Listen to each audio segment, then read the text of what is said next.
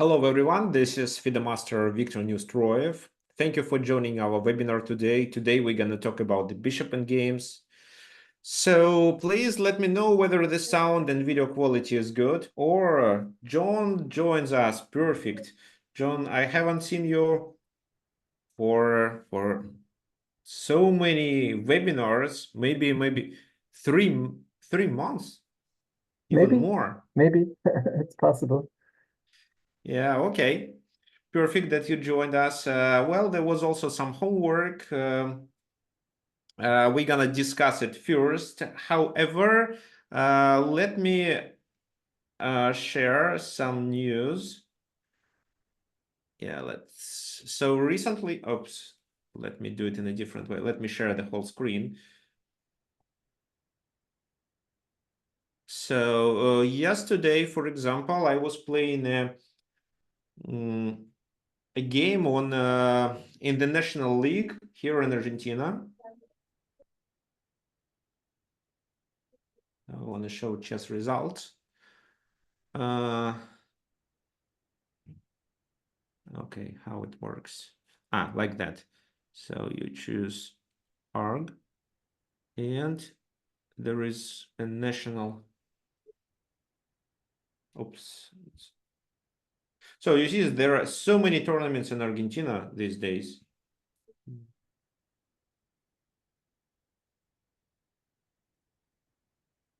Wait, where is it?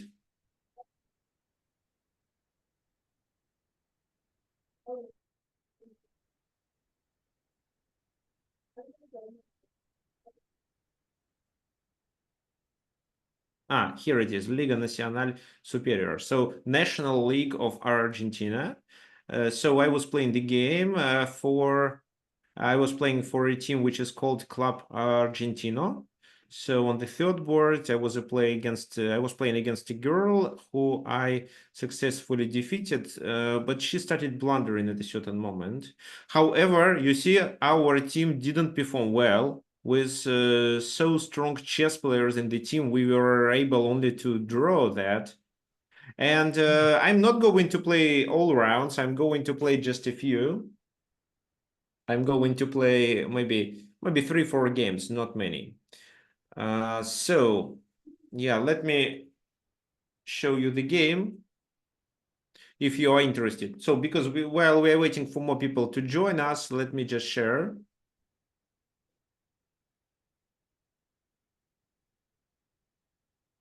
So here it is. Just a sec.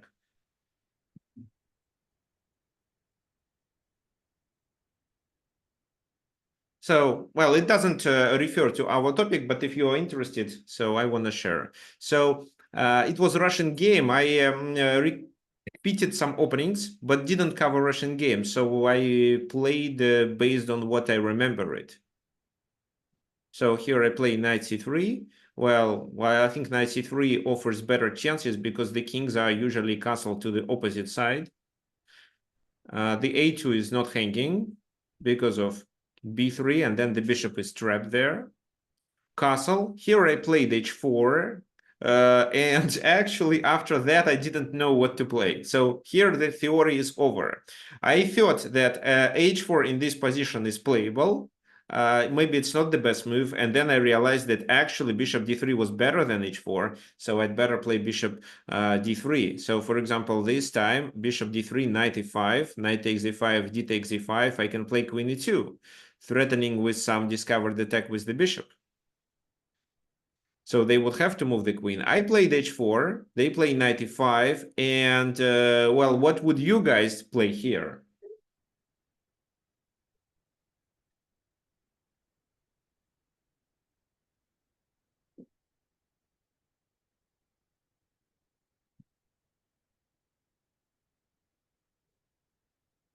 Okay, so you can paste it in the chat, or you can just use your microphone.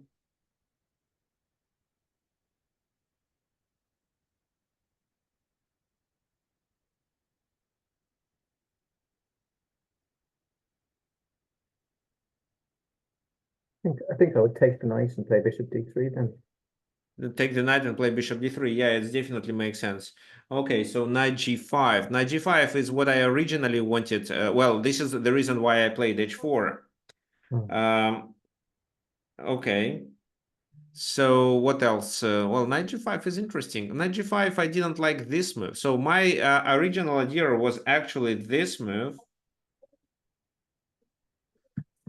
to bother the bishop, but then knight c4, and if I take on e6, they take on d2. I take here, they take there, and they are about to take. So I have to take with my rook, with this one. They have to take with their rook, and then I have to defend the pawn, and it seems it's equal.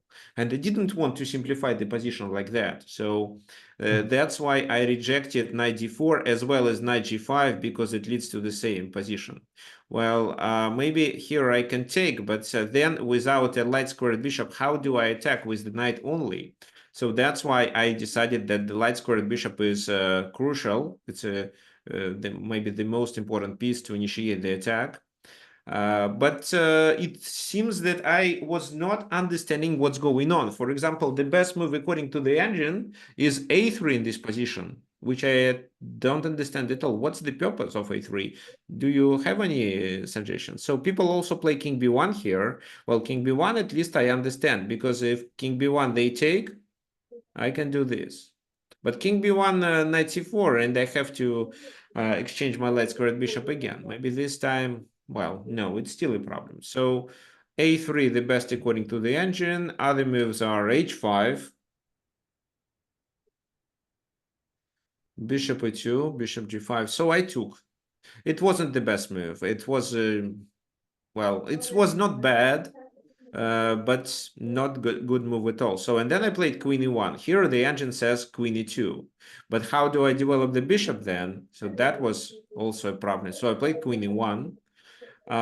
If this move, with the idea of doing that, my plan was to play f3 g4 to try to control this diagonal with my pieces. So queen e8, in my opinion, is the best. And so, well, this pawn is already hanging, so I played king b1. And I always have to consider this move as well as a sacrifice and this move. So, for example, there is no possibility to leave the bishop on e4 because of bishop a2, queen e4. So queen c6, now e4 can be potentially played, so f3, rook d8, and then after bishop d3, I thought that my position is okay. And then I can initiate the attack. So my moves here could be queen g3 with this, h5, and also bishop g5. The best move according to the engine was f5, and this is the line I consider it too. So any ideas what my plan was here?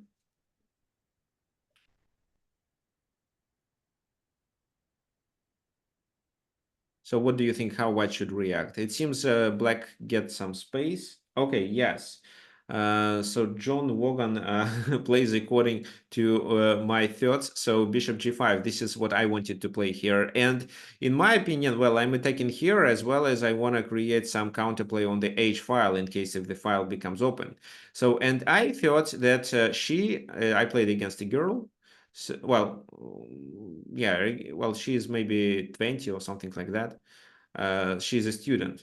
So, and I thought that this is the best move.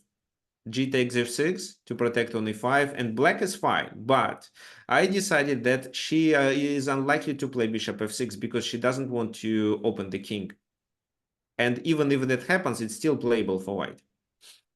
So the best move here, according to the engine, well, is actually rook d e8. The second best is bishop f6. Well, bishop g5 definitely favors me, but even this position doesn't look good. I mean, doesn't look so bad for black. So g6, yeah, I'll be attacking here. I'll be attacking here. Well, maybe e4 can be played because there is a distraction. So I can take once, but if I want to take for the second time, it should be a queen move. If only I do it with the bishop, it's rook d1 and I lose the bishop. So it should be a queen move, and this is where I'm a pawn up. So yeah, I think it's favorable for me. So yeah, bishop g5 looks nice. She could play this move, and this move would help to dry the position. For this move, I had bishop d5, I think. Rook d1, queen d1, and then queen a6 or queen e6. Yeah, queen e6 is a really good move because now the queen does a lot of work, and it's hard for me to attack. So actually, maybe in this position, I would rather play this move or just h5, which I originally had in mind. So she played b5, which is not a good move, but at the same time, not a serious mistake. Well, queen g3, this is a kind of a double attack. Bishop h6 doesn't win the exchange because they have bishop f6, but it's still something that they better keep in mind. So, and f6 should be played. And for f6, I had this. For example, if they continue the attack like that, my plan was to sacrifice here, take there,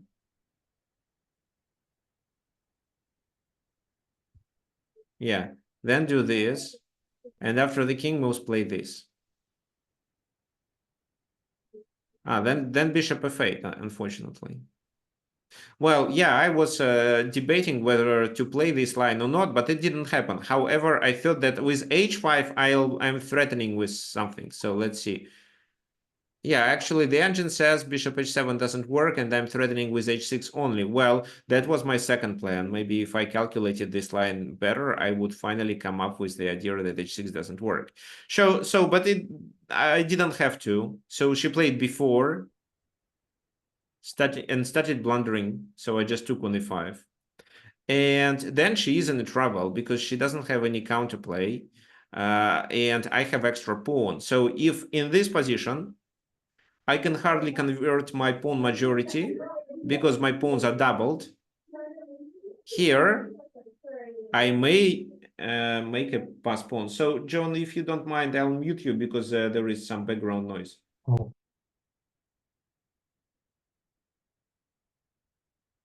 Okay. So queen e5. And well, you can unmute you if you want to say anything. Well, and I thought that she plays this, for which I prepared bishop b5 or queen b5. Yeah, it seems that bishop b5 was actually okay. Bishop b5, if they sacrifice to take my queen, I'll take on c6 after that. So I think I'm completely fine with this line. Well, and it's hard to suggest anything else. So she played a rook d3, which is a blunder. Of course, there is an idea behind this move. So she wanted to play this move at a certain moment. She continued with that, and now she's threatening with bishop a2, a discovered attack. I moved my queen away. So here I was debating where to play. Queen d4 faces with bishop f5, but it was still possible because of queen d5 move. So this, and then I would lose a pawn, but would still end with extra exchange. And this is a winning position for me. So I just need to pressure on the back rank with something else. But at the same time, they're going to play this and that. So I play this move because every time I want to exchange the rooks. Anyway, queen f4 was actually better, and I played queen f4, bishop d6, queen d4. Now she plays bishop e5, which does make sense. If I take, it's still bishop a2. And there is no back rank mate because the rook blocks. But queen c5. And if the queens are exchanged, I'm winning. So I thought that she may play this move. What would you play here, guys?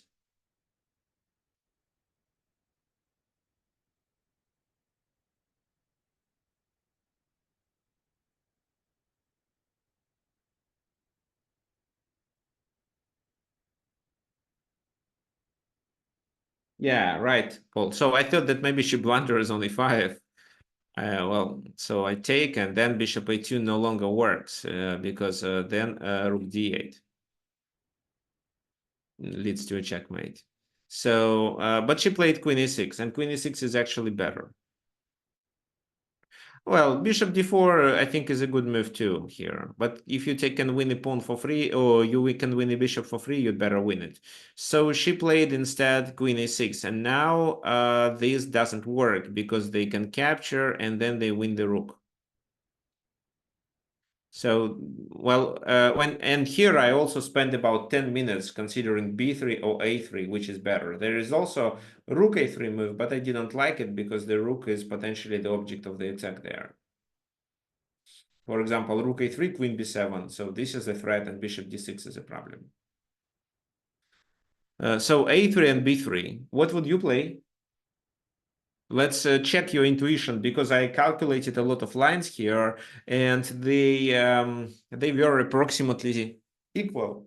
I mean, M1. The lines were similar in terms of how much white is better. But yeah, okay. So what do you think? A3 or B3?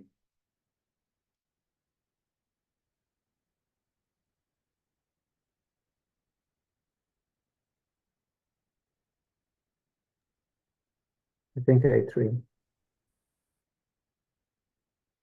Okay, so I played A3.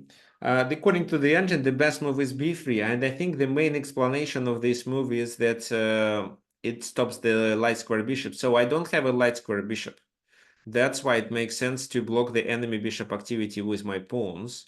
And these weaknesses can be covered with this bishop, or maybe I will exchange using the d4 square.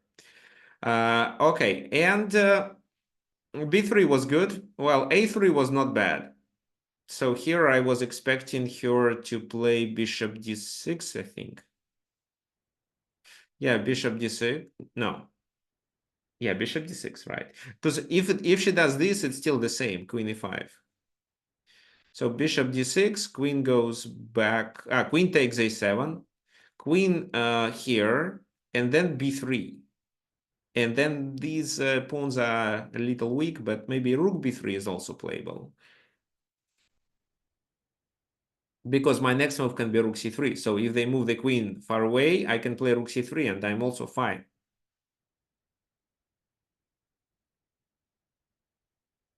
Because which far away? This move, let's say this, queen d5, and now b3. Because the rook is better placed already. Yeah, okay. So, well, b3 was better. b3 was better, but I didn't. Well, I thought after b3, I was considering bishop d6 move, queen takes a7, and it's actually still fine. So there, then they threaten with something like that, but it requires too many moves. Well, she played this, which is just a terrible blunder, and then she resigned. Well, I think because a lot of pressure on the position, she understood it's completely losing, and that's why she was trying to look for immediate threats that could provoke me to make a mistake, and completely forgot that her bishop on e5 was vulnerable, and it cannot be captured only because of that. But once there is no rook or the back rank is not supported by the queen, then it's over. Okay, fine. So that was the game. Not a difficult one, but at the same time not easy. And this is the homework. Thank you for your answers. So let me check it. Let me read it again, because I remember it was a while ago. So here, first, the question was, what's wrong with d6? And so instead of rook c1, they play d6. What's wrong? Well, it's still a playable move, but the problem is that they can easily stop the pawn by doing this. So let's say queen g3, adding some pressure, but g6, you can do knight e7, but the king escapes, and once you take here, you lose your most important pawn.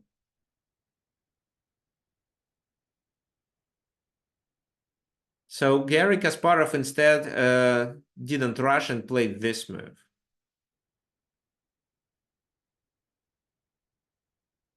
So what about this move? If they take with the bishop, I think it's rook a1.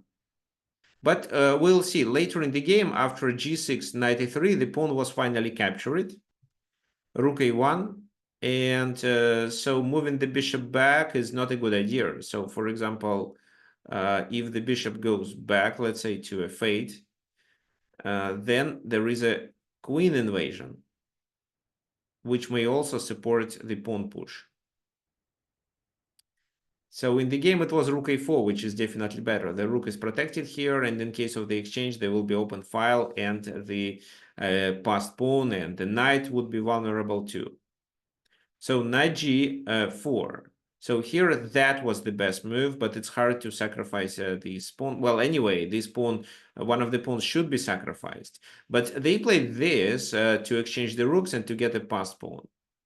So what do you think? Did Kasparov capture on e5? Well, would you capture on e5, or would you play anything else?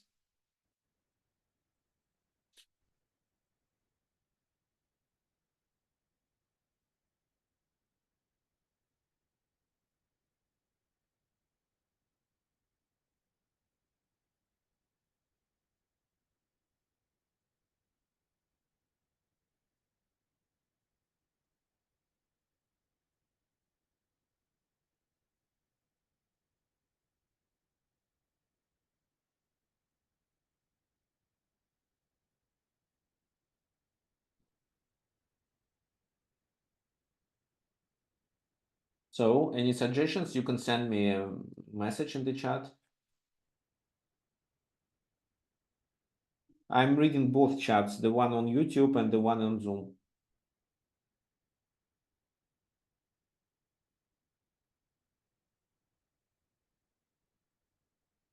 So you mean after this move f5, what's the purpose? No, I don't think it makes sense. So what if I just take? No, I think the problem is this move. Oh, well, I mean, take, and this. So two knights are the objects of the attack. And after, well, f4 is not even playable because of that. So then this move, but this is a pin. Before, for example. So moving the knight means that there still can be attack of the two knights. So that's why e5 is a kind of a poison pawn. Also, it's better to keep the rooks on the board because this rook looks better. So queen d6, and finally the invasion with the queen, not this move because of rook b4. And when the queen retreats back, it's possible to play bishop a6 and overtake the initiative. So h5, knight h2. Look, well, black is down a pawn, but now their pieces are much, much better. So that's why knight c5. Rook goes here. So the bishop is not hanging because of that. Take, knight b7. C takes d3, knight takes d6, bishop d6. So, and that was the second homework. The question is whether white may capture on h6 or not. What do you think? What happens if white captures on h6?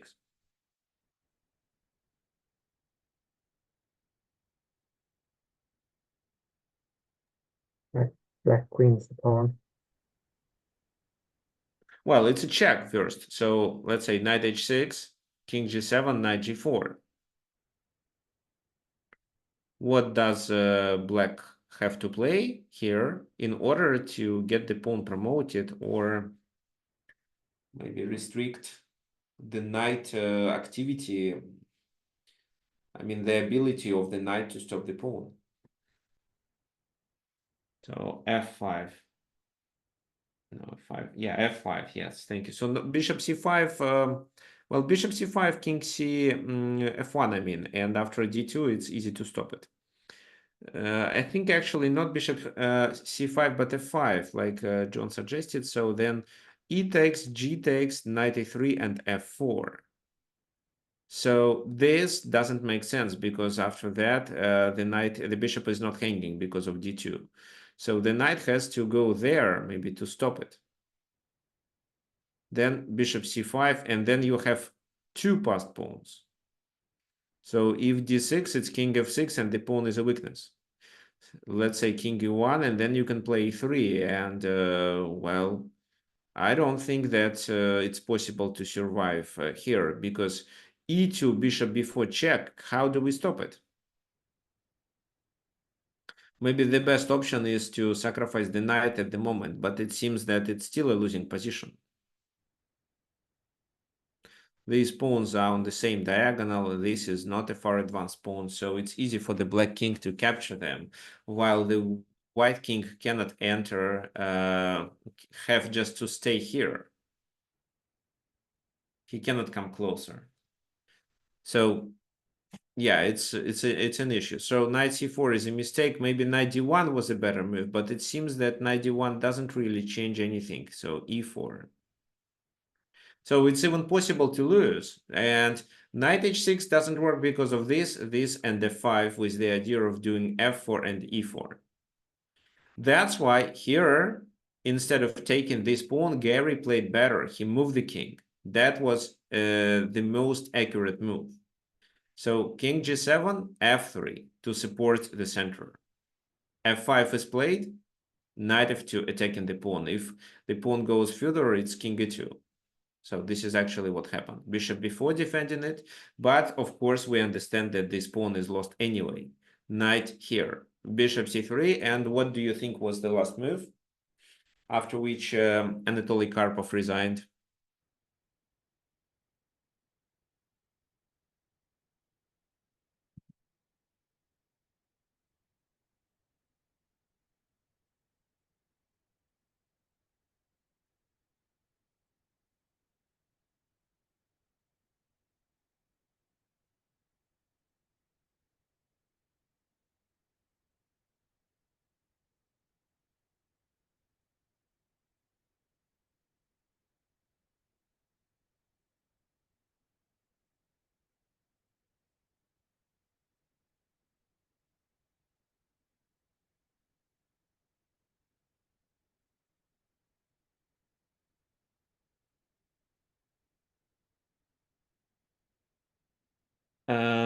King d1, king f6.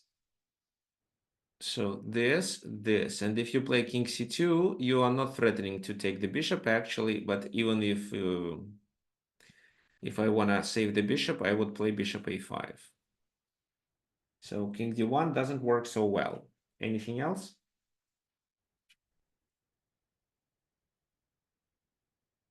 d6. Well, but don't you think the pawn is a weakness? They just come closer.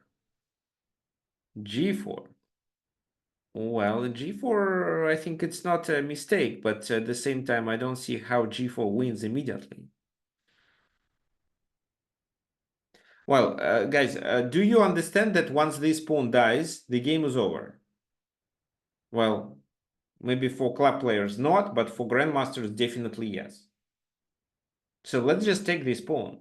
Knight c5, right? Knight c5, knight b3, knight d2. There is nothing that can stop it. All the other pawns are not weaknesses. They are located on light squares. And okay, so knight b3, knight d2. After knight c5, he already resigned. Fine. So that was about winning strategies about in equal positions.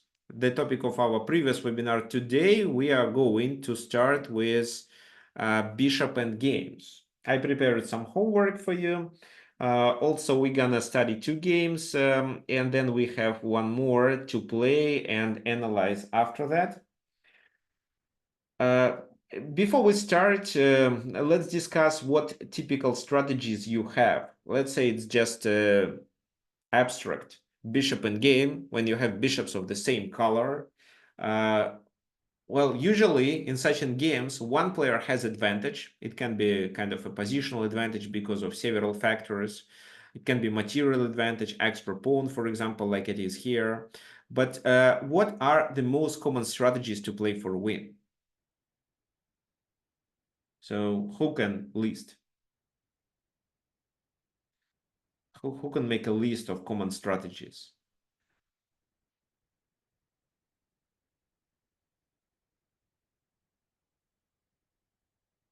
Well, I'm sure you can name at least one strategy that allows you to play for a win. What do you think? which strategy I'm talking about.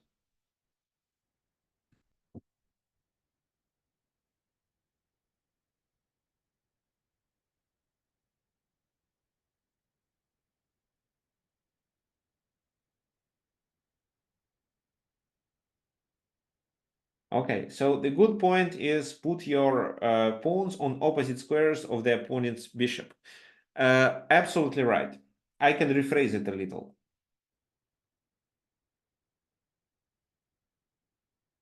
Oh, okay. Also good point.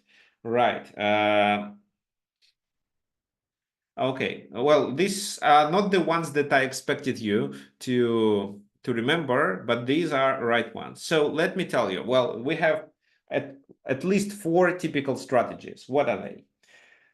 First of all, the one about the pawns. So if you have pass pawns on two different sides, that may help you to win because well, the king may be distracted and you enter the other side and take the other pawn. So this is a strategy, creating pass pawns on different sides of the board. The second is fixing enemy weaknesses, which actually means that you should place the pawns um,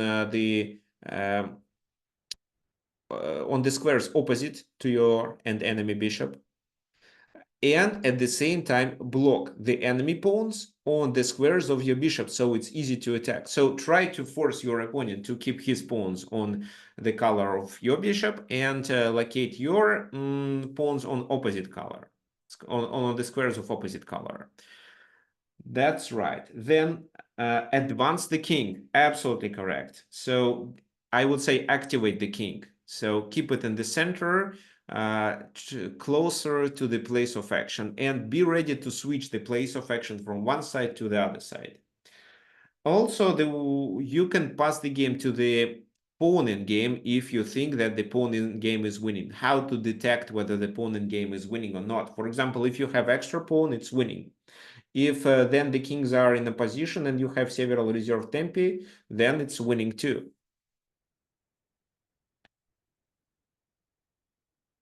Well, it's easy to detect whether the pawn in game is winning or not, comparing to the bishop in game. So these are the four most common strategies to play for a win. So some of them will be illustrated at our webinar. And the task of a weaker side is to make a kind of a fortress.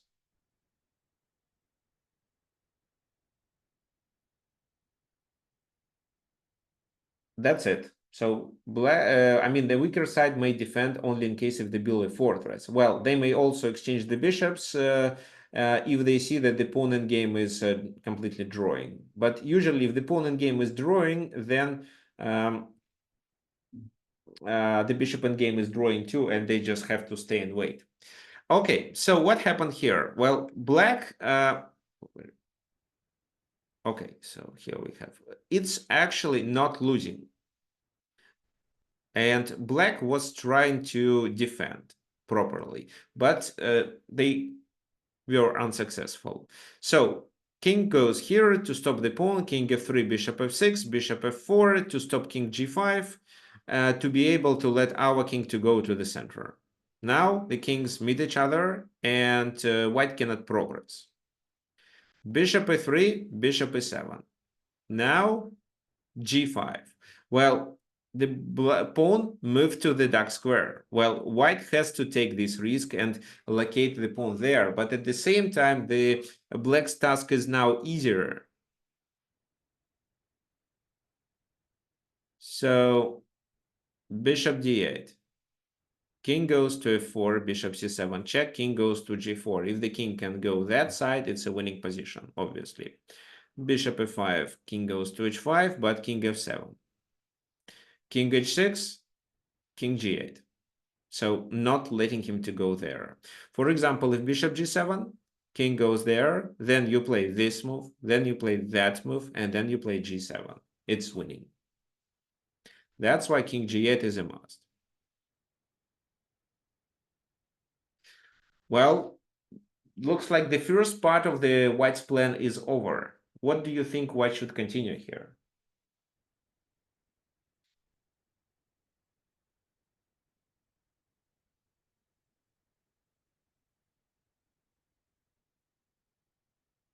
Okay, so king g6. Paul probably means that the king should move to the queen side to attack the pawn on b7.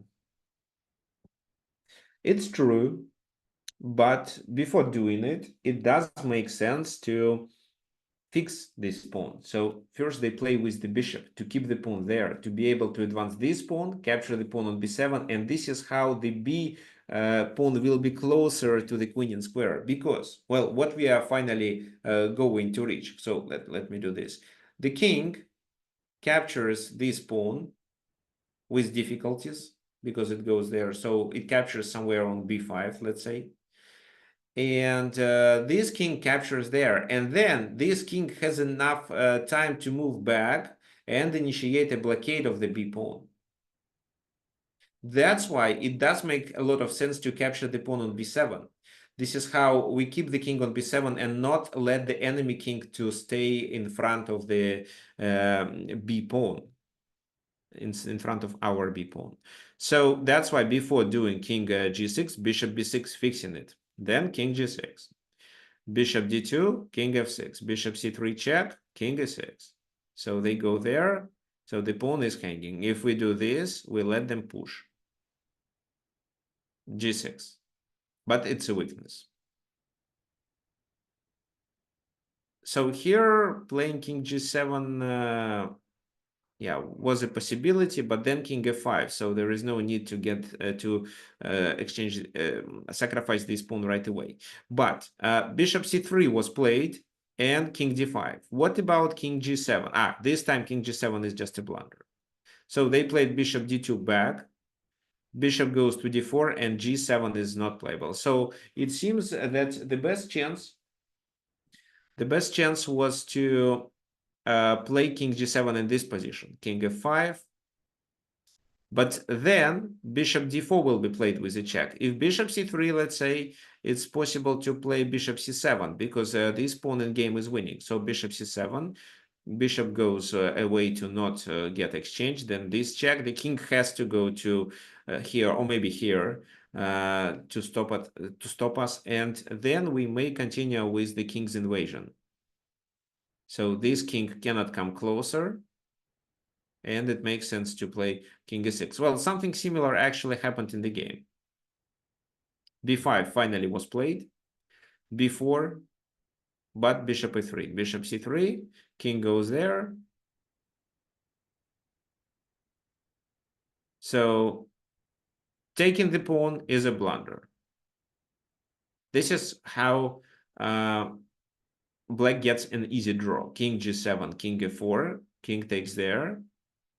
Let's say bishop c3, and with king f7, the king can get to b7 in time. Let's say this, and king d8. So king b7.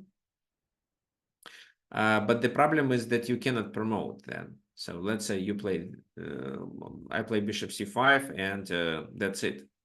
So without the king, it's not possible to get the pawn advanced. Let's continue. So king e4, and this is where black made their main mistake. They played bishop c5. So who can tell me why this is a mistake?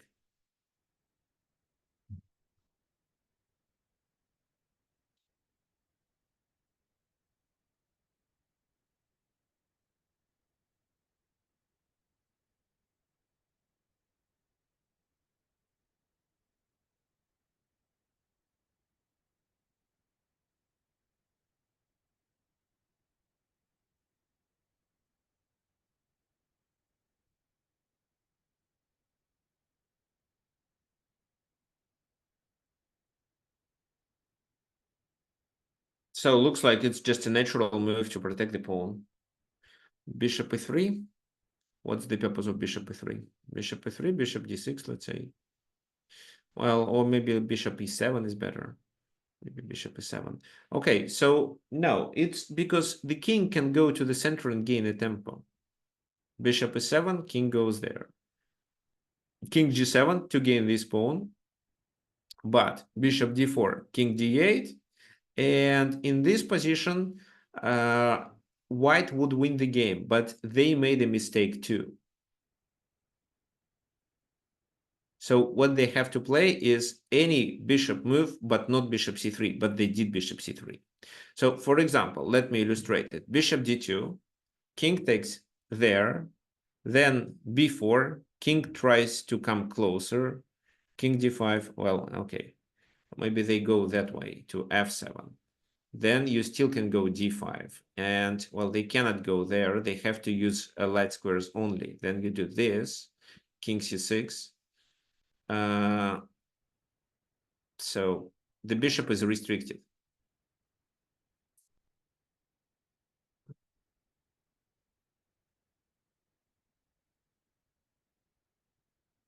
So for example, bishop h4, and then you can start pushing the pawn. b5, because king here doesn't work. For example, this, then you play b6, and if they play there, you simply play b7 and then check and then promote. So that's why after b5, maybe they need to play this move. But if that happens, you play bishop to a5, then this, and then promote.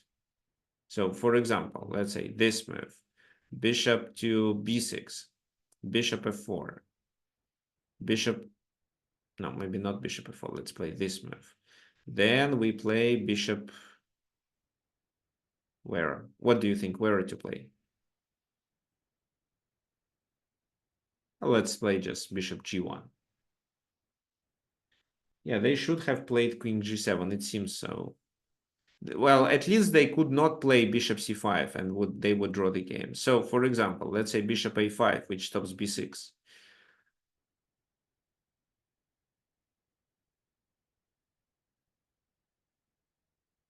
Then let's say bishop c5. They have to play with the bishop. Otherwise, well, and our plan is doing this and then play b6. So actually, it doesn't matter how he plays. So let's say this, we do that. He goes there, and then we play this move, and he has to move away and let us play b6. Okay, so in the game, it was king c3, and that was a mistake. So king g6 was played, b4, king f5, king d5. And this is where black resigned. But actually, it's not a winning position at all. It's a draw.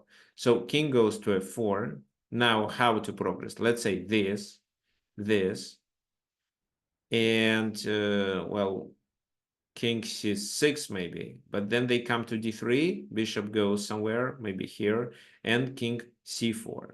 And the problem is that there is no possibility to control this square. So for example, this move, bishop a5, no move like that. So the only strategy you can do is this. But if you do this strategy, then the b pawn is still stopped. So there is no king c7. That's the problem. And if, for example, in case of this scenario, with bishop d2, king g6, b4, and the king goes to f5,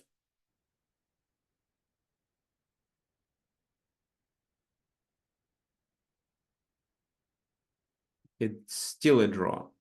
Oh, well, it's winning actually. It's winning because this time we play king a6 and we can exchange here as well as here. So this move, bishop a5. And after they move, we can progress. So they play this move. Who can tell me how to win here?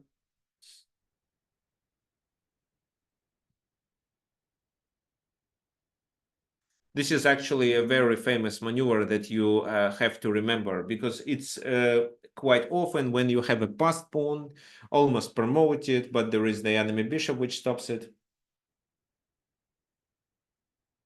So how to win?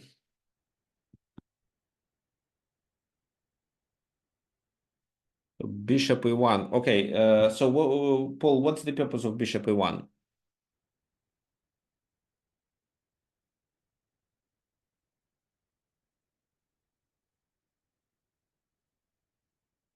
So bishop e1 in order to play what move next?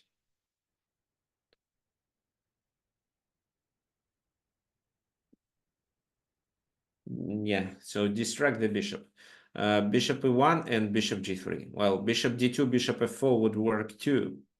But let me show you. So this and distraction, this is how it works. If he takes, wait.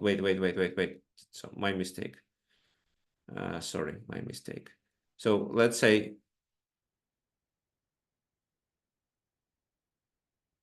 so bishop e1, well, bishop b8, bishop e1. If we just distract, leaving it hanging, then they just take and they still control the queen and square. So on bishop e1, let's say king c6, bishop f2, king d5, and then we have to control this square. So we're gonna play this move, bring the bishop to c7, and then play this. So for example, if king goes there, then this move, and then it's easy to get to c7. And once we get to c7, the bishop goes, okay, let me show you. So let's say this, this, he goes there, and then we play king b5, attacking it. So this, and if he takes our bishop, we take his and then promote. So you control it with one bishop, you control the queen and square with the bishop, forcing the other bishop to move, and then you just attack it with your king. So such a strategy wouldn't work if it was the D or the E pawn, because then the bishop would have a lot of squares on this diagonal. So because it's the pawn closer to the edge, there is only one square and it's easy to trap the bishop. Okay, fine. So actually this was well, where is it? This was drawing, but black resigned. However, this was completely winning. And the best move here, well, actually, it can be any move, even bishop d6. Or bishop e1, let's say bishop e1. They play, let's say, here. Then bishop f2.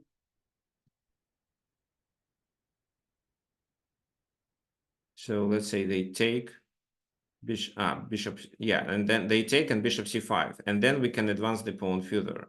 So bishop here, this, they go there, we play this, they come closer with the king, and then we come closer. And then this, and then we promote. So this is how we could win. Okay, fine. So here the task was to keep the enemy king on one side of the board, and capture the pawn on the other side, and with these two pieces try to promote. That would work even better if, for example, we had 2 versus 2 in the very beginning. Because with 2 pawns, you don't need to calculate what happens in case if your opponent sacrifices his bishop for one of the pawns. Now let's talk about the second example. The second example is about the fixation of the enemy weaknesses. So it's about the principle of 2 weaknesses.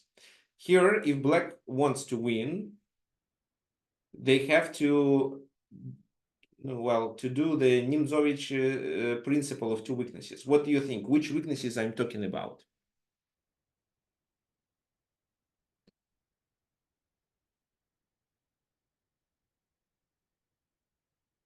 So you probably know that, well, these are so-called weaknesses. So which means that it can be almost anything. The key idea is to play on 2 places of actions, to try to tie enemy pieces to one space, maybe to a certain square or to the group of squares, let's say on one side of the board, then switch to the other side of the board. And because the opponent doesn't have so much space, or because his pieces are very slow, he won't be able to reach that other side in time. So the question is, which are these 2 plans which will allow us to win? So the passed pawn on the d file and the h2 pawn. Yes, Alan, thank you. You're absolutely right. 2 plans. So we should advance and we should attack this, and maybe these two. Yes, and we should fix a pawn structure on dark squares with f 5. Not sure, maybe with h5 first. But yes, we should force them to allocate the pawns on dark squares. So that's why bishop e5 was played, because this move may provoke f4, after which all these pawns are on dark squares. And then, yes, f5 and h5 is a winning plan. So king d3, h5, if h3, then f5. And this is a weakness. But bishop e5, bishop e1, they protected and they wanted to play something like that to be able to locate the pawns on light squares. So king e6, h3. King f5, king f2. So now h5. Well, g4 is playable and actually a very good move, after which we cannot go there, right? Because this is a checkmate. So we have to go back to e6. Or maybe go back, I mean take or go to g5, but it's gonna be a draw. The pawns are very well placed. So they missed it. And what do you think? What white should do in this position? Well, g4 is one of the options, but it's not the main plan. What white should do to be able to hold a fortress here?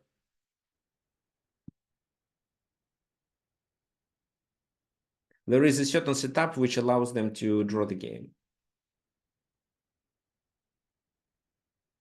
I mean, which doesn't allow black to get any chances to progress.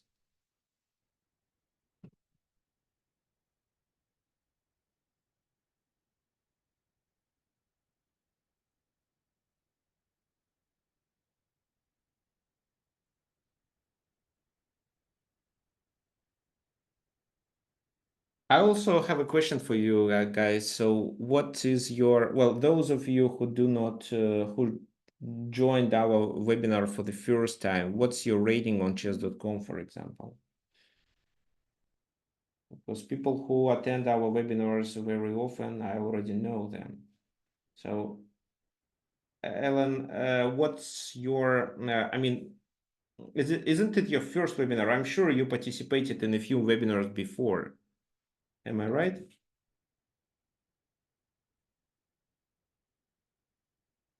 Yeah, I remember. So what's your rating on chess.com?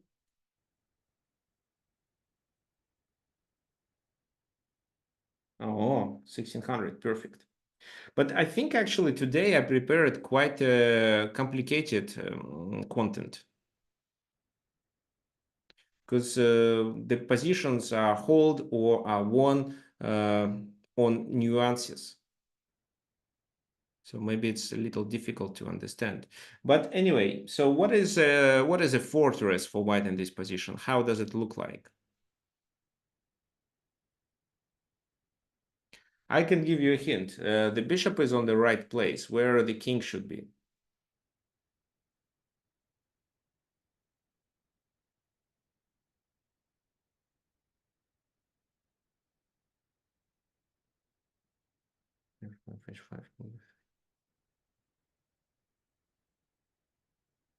So the king should be on e3, that's right. So the fortress look like this. So if, for example, black decides to progress with this, so it's again can be, let's say, any move, this, then king e2. And what then? So if the king tries to go that side, it's king d5, preventing. And there is no way to do a side maneuver, so it's always possible to play king c2 and then king d3 back. And if, let's say, here black tries instead to play h4, it's g4, and after,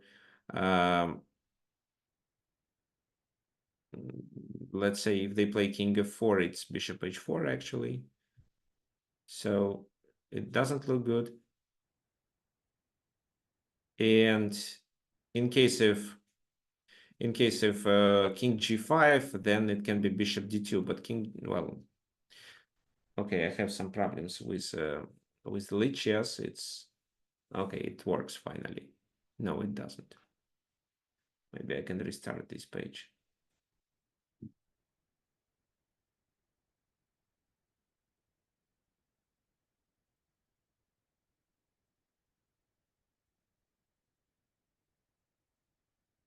Does lichess work for you? Can you please double check? Yeah, it seems it works.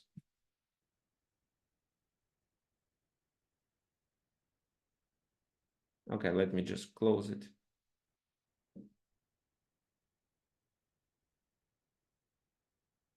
And open a new tab.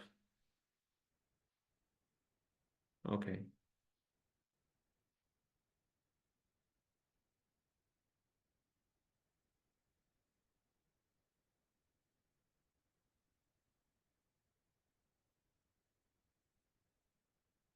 Okay, so here we are. So this doesn't work. King g5 doesn't make sense. Let's say just bishop e1, and it's possible to hold the position like that. So if this move, it's we deliver a check and just keep the bishop on this diagonal then. Well, or prevent king f4. So here too. So let's say we can play bishop a5. If they go there, we have to bring the bishop here. If they offer exchange, we do that. If they try to go that side, king d3 works. So no way to progress. So that would be a fortress to be able to locate the king on e3 or d3 and the bishop somewhere from which the bishop may go back to e1. White didn't realize it and played bishop d2, which was a mistake. So king e6, g4, trying to get rid of the last pawn on a light square. King goes to d5, king e2, king c4. So black already achieved something.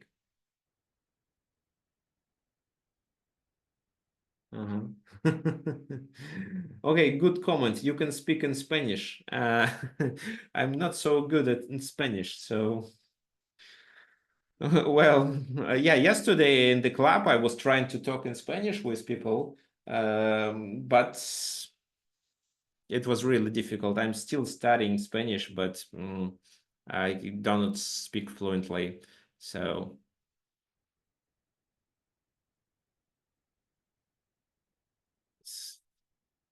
but yeah, thank you for your suggestion. Once I get better, I can probably conduct webinars in Spanish too. Okay, so the king already get to c4, and now it's possible to get the pawn to d3 already. Now the position is lost. So bishop e1 was played, bishop e4, controlling this square, bishop e5, and nothing else but advance the pawn.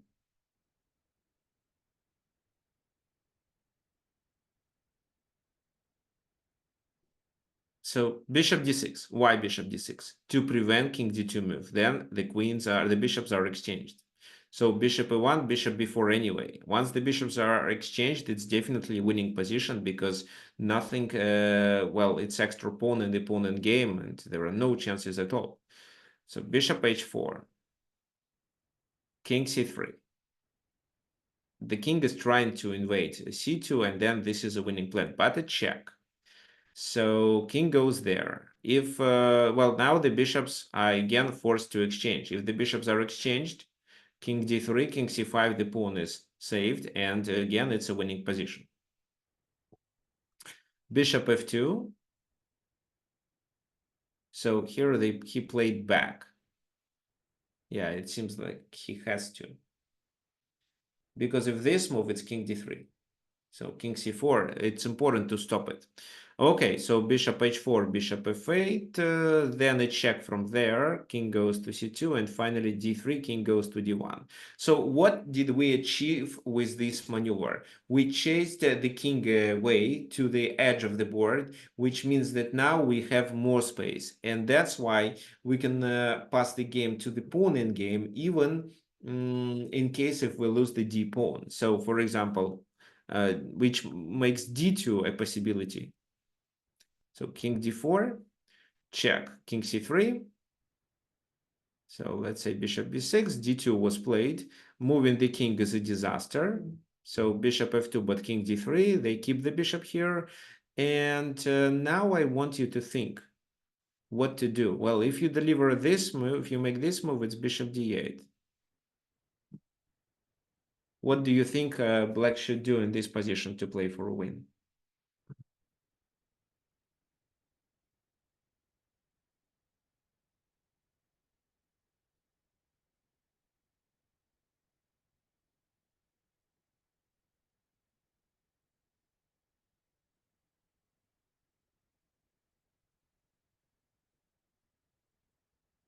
Okay, I can give you a hint. Black is preparing.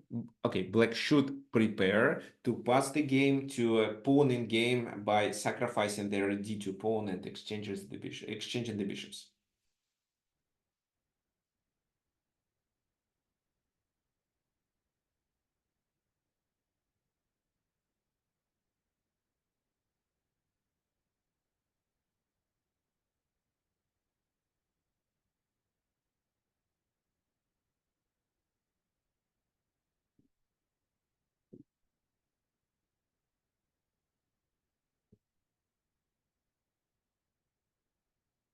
Bishop g7, and then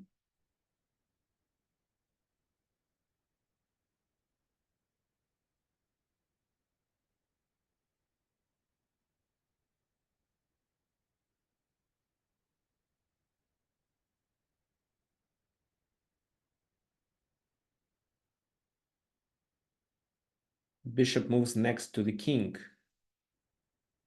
You mean e1.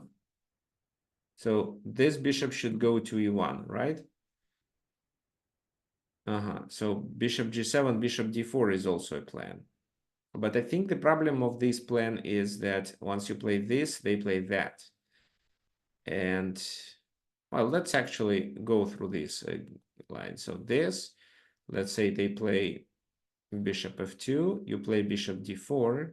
And are you sure that this is a winning position?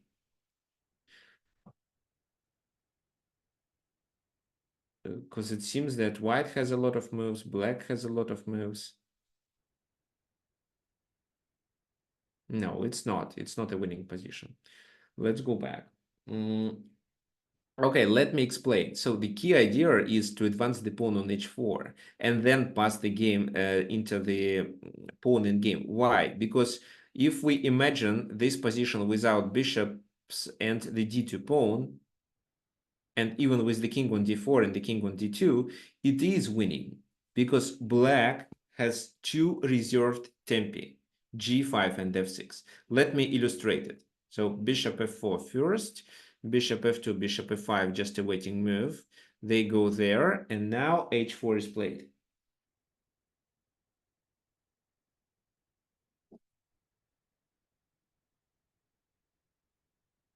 So bishop f2 attacking. And here, well, bishop g3 works. Bishop c3 was played. If they capture, it's king here, capturing there. And then the king comes to g2. So bishop g1, bishop goes to d4. And this is the critical moment of the game. So first of all, let's decide whether it's possible to draw the game even avoiding the exchange. For example, by playing bishop h2. If so, then this can be played. And if they play f4, we get the e4 square for the king. So this, and then enter the enemy king and get the h-pawn promoted, because the king cannot support. It's tied down to the pawn on d2. Even if king c2 is played, they are not threatening to take because we can promote the d2 pawn. So this, and you come closer. If, let's say, they do not play f4, but play bishop c7, for example, king goes to e3 right away, because there is no check from there, which forces the king to go back. And now f3 dies. Okay, so bishop d4. The game passed to the endgame. King e5 with the idea of doing this move. That's why king e3 is a must. But this is winning because of reserved tempo. One tempo. Now the king has to move. So this fails. The f pawn, well, king comes closer. The f pawn is advanced. This move means king e4, even the reserve tempo is not required. Then after king g2, we invade here, and after king e2, we invade there. So instead, king e2, king e4, the only move is this, and then f6, and the king has to move away, lose a position, and let us entering the enemy camp. So here he has to move again and he loses on f3. That's it. So you see, here we did a lot of strategies. We, first of all, decided to initiate a principle of two weaknesses by attacking g3 and h2 and advancing the pawn. Even there, even without a pawn, white could save the game if only they realize that they need to have the king here or here and the bishop on e1. That's it. But they didn't. And they played bishop d2, thinking that this move doesn't really make any difference, allowing black to progress a lot with the d pawn.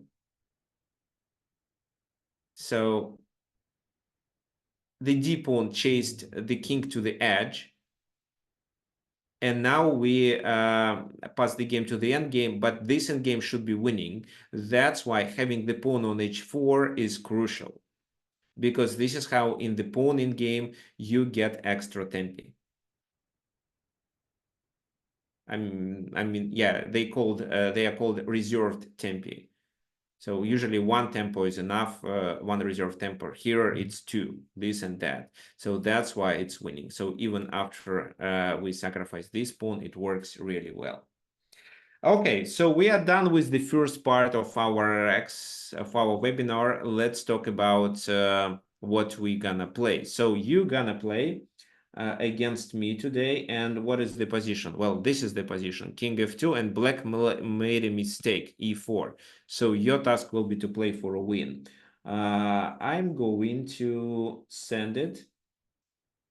Just a sec. I'm going to send it in the chat.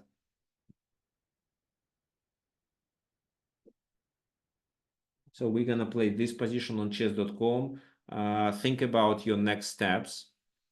And oh, by the way, yeah, well, I'm switching to chess.com. However,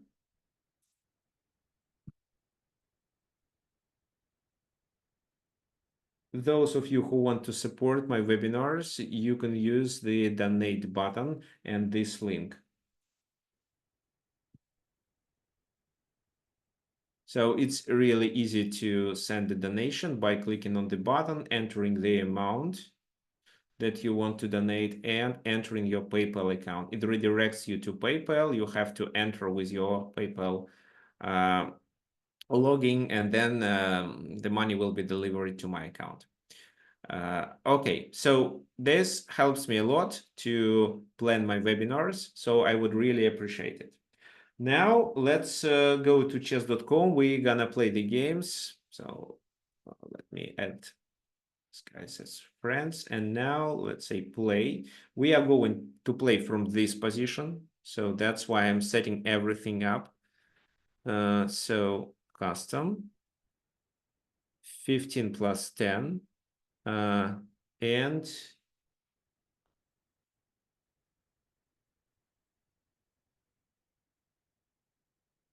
let's oops, no. Who wants to play?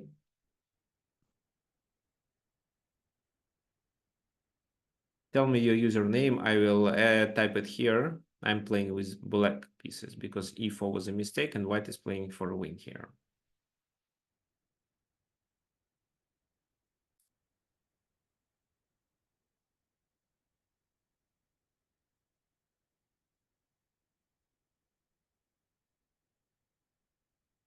Okay.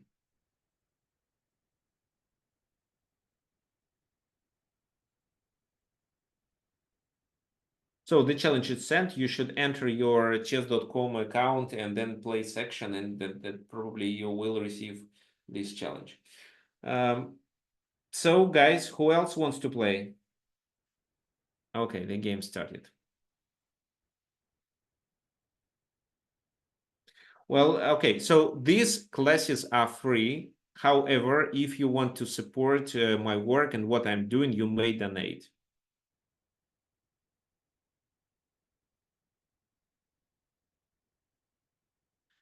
Okay, king e3, it seems I have to play king e5.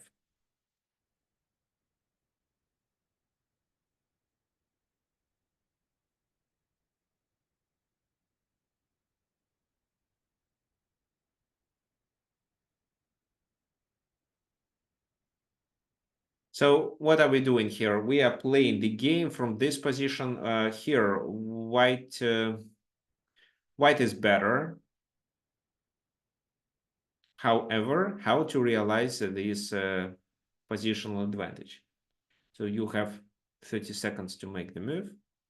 Oh, king e3 was obvious.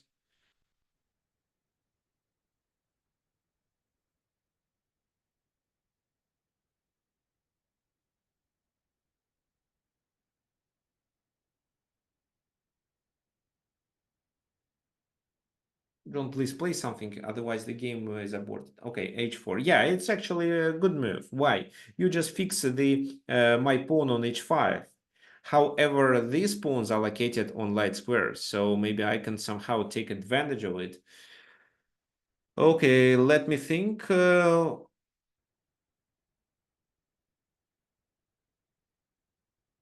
Let me do a5.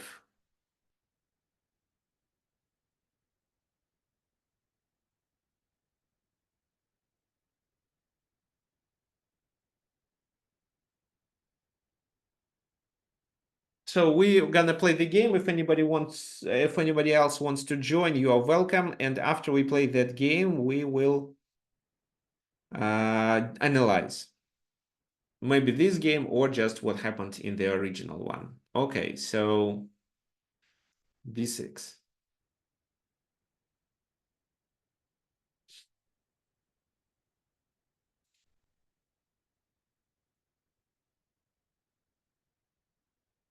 I also prepared some homework for you.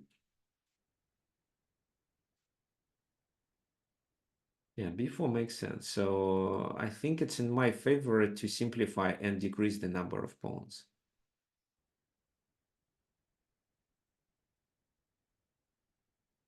Right. Okay.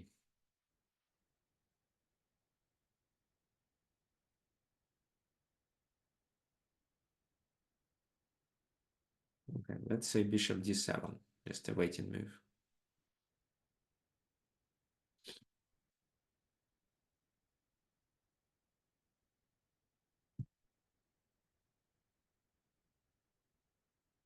So here, if we get rid of the bishops, it's likely to be winning for white because white has an outside passed pawn. So the black king, well, pawn takes, the king comes closer, captures it and loses on e4, and then the white king is closer to the black king side.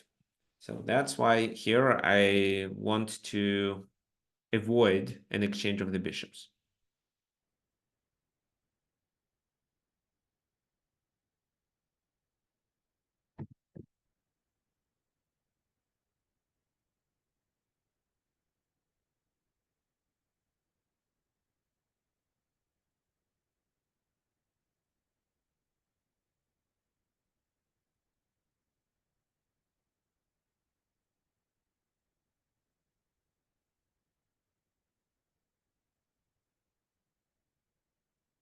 So what? Bishop f3? It's a blunder.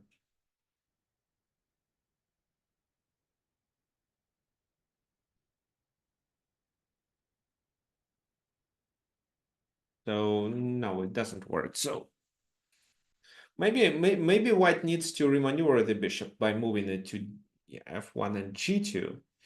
Yeah, it does make sense actually. So what can I do here? If I play bishop e6, it can be c5, right? Then I can play bishop d5.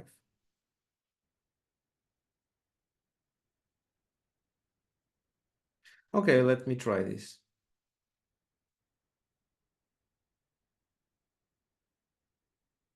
Or it can be even king d5. So c5, take, and king d5.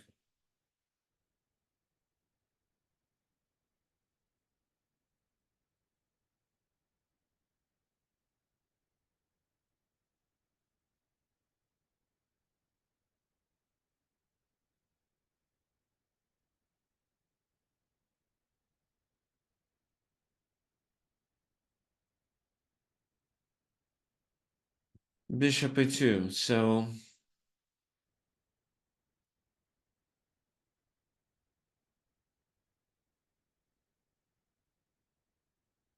Okay, this.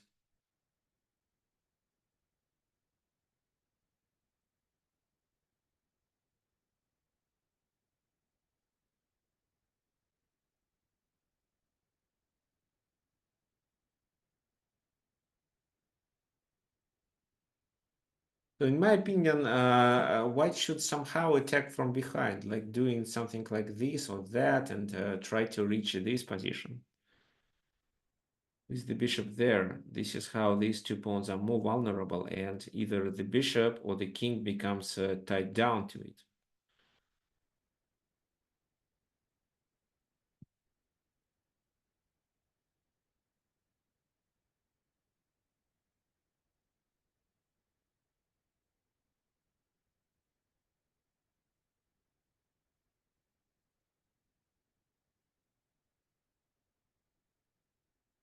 But I'm not sure that you can do it actually. So probably it's a draw already, because I don't see a winning plan here. Maybe c5 now, actually. Why not? Yeah, c5. Because bishop b3, I simply play b5. Yeah, c5 is a must. So take. So bishop d5, well, they take bishop d5, bishop a4, and then bishop a8 is a problem. So in order to stop it, I have to keep my bishop on e8.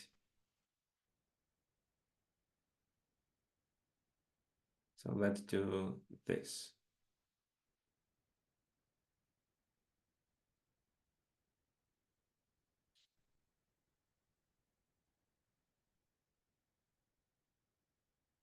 Then this.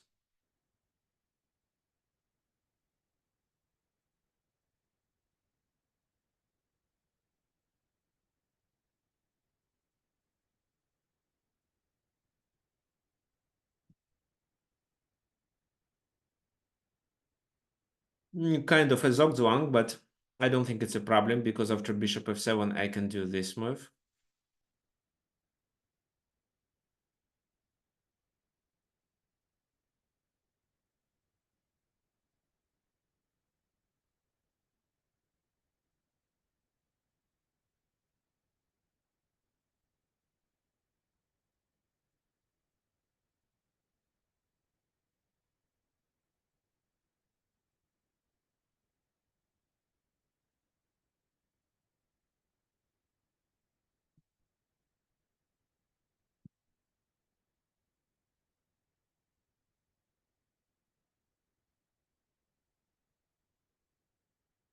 Maybe I can also try to play for a win here.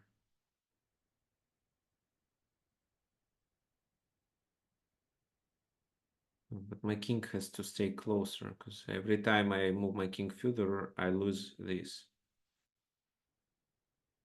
Well, actually, I can play g5, and after, yeah, okay, so king f6 first.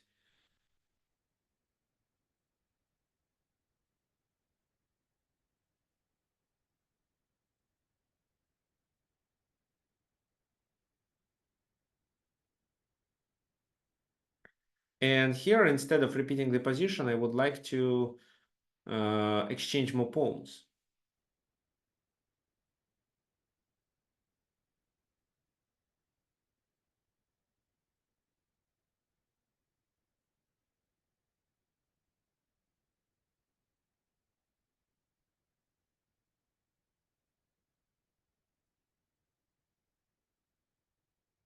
So take.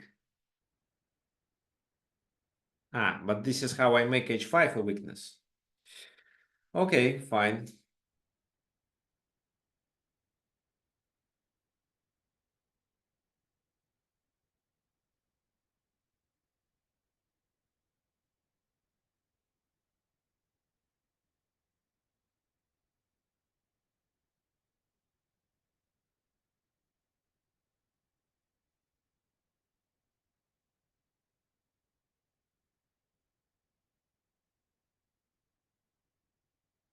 No, that was obviously a mistake on my end.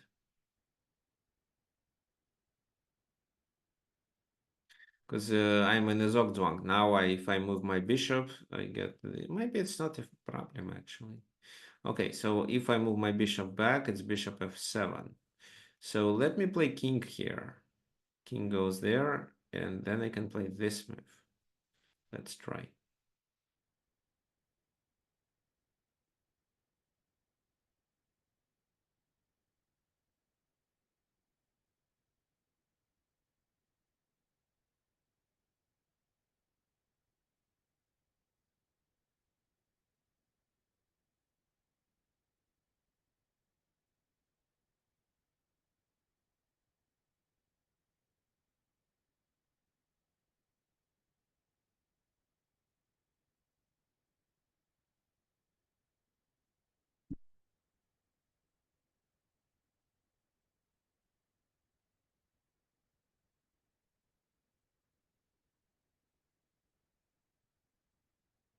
Ah, by the way, so I didn't copy the link for you.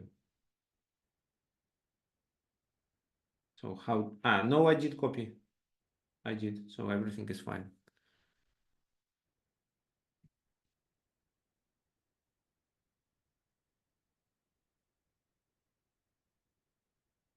So bishop d5 maybe makes sense to play to capture the pawn on e4 and promote the pawn to c6. Okay, no.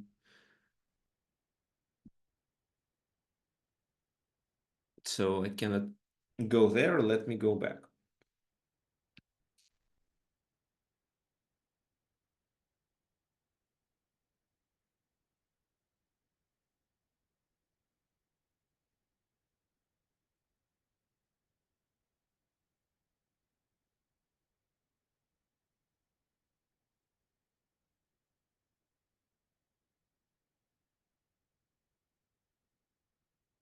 I think it should be a draw.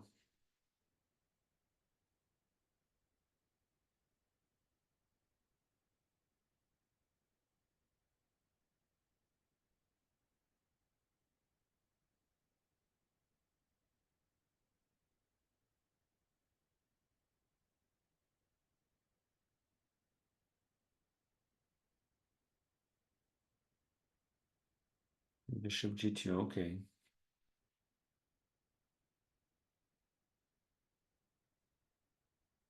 Let me take.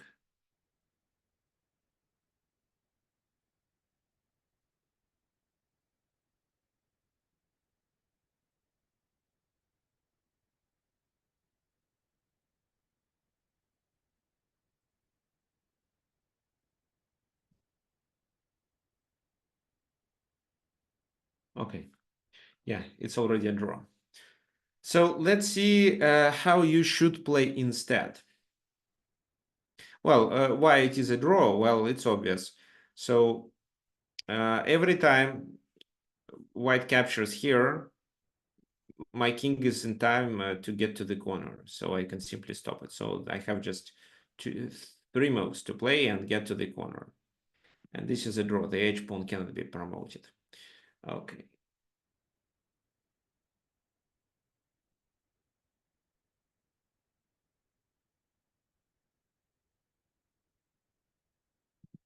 So let's see what happened here. So king e3, that was the move that was played. King e5, a3. Well, I like the idea of h4. I would play h4, but h4 was played on the next move. Trying to fix this. So bishop d7, bishop f1, a5, and bishop g2 attacking here. So actually it's the same strategy. I think white just played b4 too early. Let's see. So bishop defends.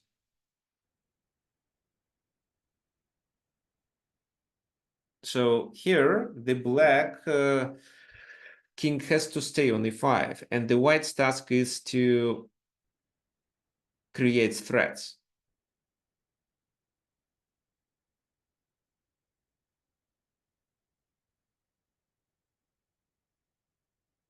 No, for example, you can do it through h3. So let's say h3, if black just decides to keep the bishop, Then it's bishop c8. Bishop goes back. And then you are trying to play b4. So b4, take, take.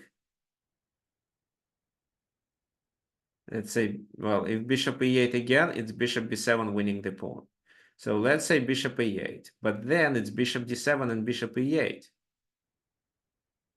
So maybe it's not a big issue. No, it is an issue. So the bishop finally gets to e8. On f7, the bishop is not dangerous because king f6 is a tempo gaining move. But on e8, king f6 means that this king comes closer. And there is also this strategy to take the pawn. Okay, fine. Let's see what happened. So bishop h3, they wanted to play b5 to open the position. C takes b5, bishop b5, bishop c8. So this is a kind of a threat. If the bishop goes there, it's this and bishop e8. So bishop c6, b4, they take. There is a passed pawn on the b file, not on the c file. To get this pawn further is more beneficial, of course. And this seems to be a winning plan. That's why bishop b5. Bishop b7. And, well, what about bishop d3? What do you think? How should we play here?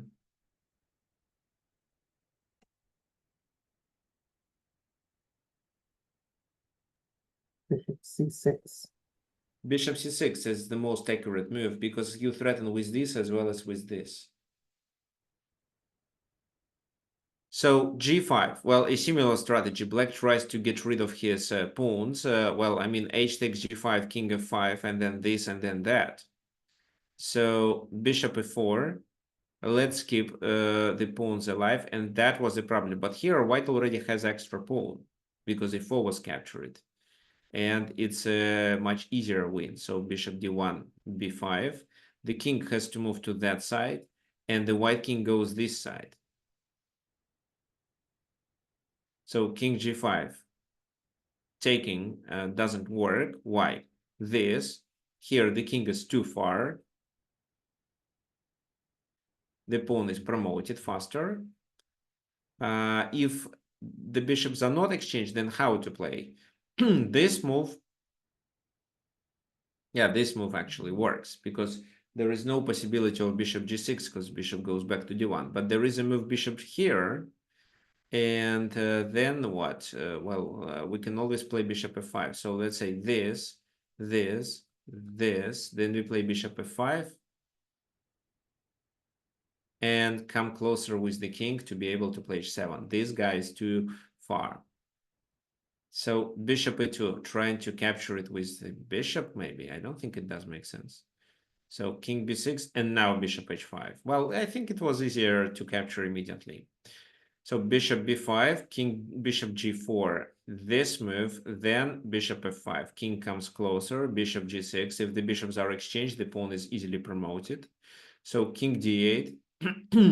And now, what is the most important move, which allows white to win the game?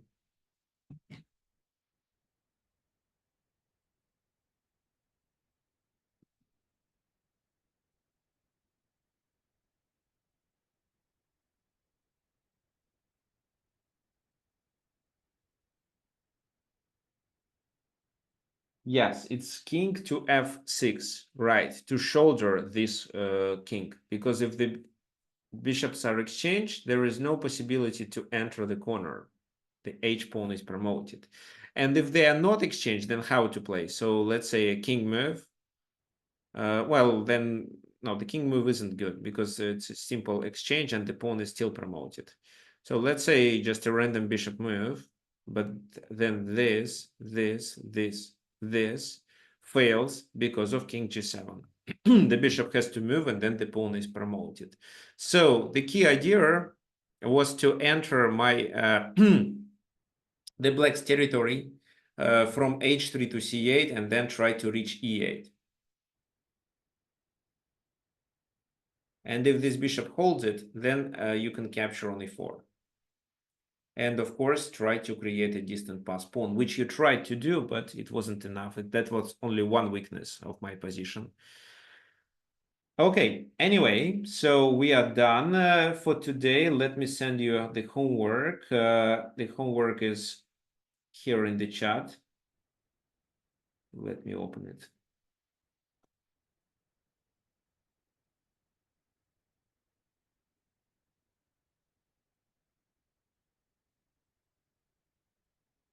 What did he say?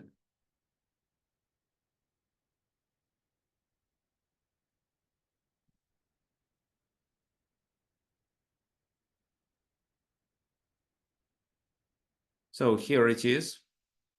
These are two positions where you have to decide, is this bishop takes c5, king takes c5 a drawing pawn in game or not? And the second one is very easy. So white to move, what white should do in order to win. This is what we can check on the next webinar next Sunday. What else? I also have some other news to share. Well, I'm going to start group lessons in October.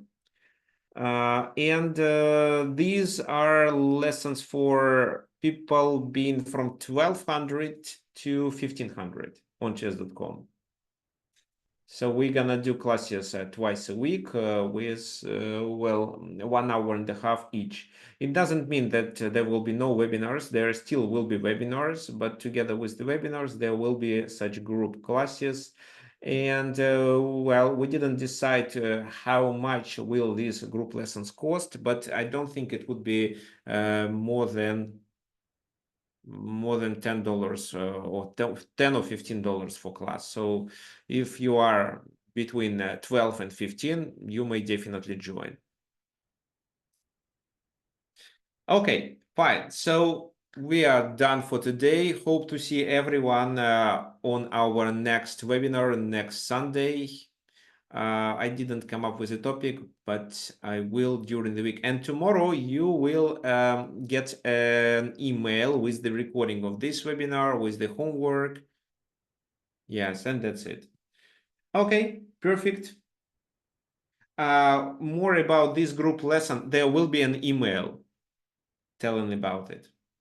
So probably, Alan, if you are 1600, it does make sense for you to join too.